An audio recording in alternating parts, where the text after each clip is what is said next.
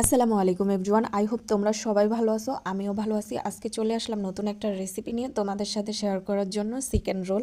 প্রথমে আমি কড়াইয়ের মধ্যে 1 টেবিল চামচ সরষের তেল দিয়ে নিলাম। তারপরে 1 কাপ পেঁয়াজ কুচি কিউব করে কেটে রাখা, 500 গ্রাম মাংসের কিমা, 1 টেবিল চামচ লবণ, 1 টেবিল চামচ জিরার গুঁড়া, 1 টেবিল চামচ গরম মশলা। এটাকে আমি ভালোভাবে মিশিয়ে মাংসের কিমাটাকে সিদ্ধ করে চুলা থেকে নামিয়ে নিব।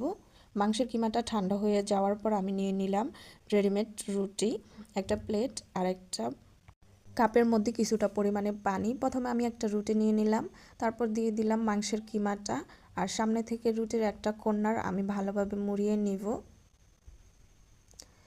তারপর ডান দিক থেকে আরও একটা কর্নার, বাম দিক থেকে একটা কর্নার মুড়িয়ে নিলাম।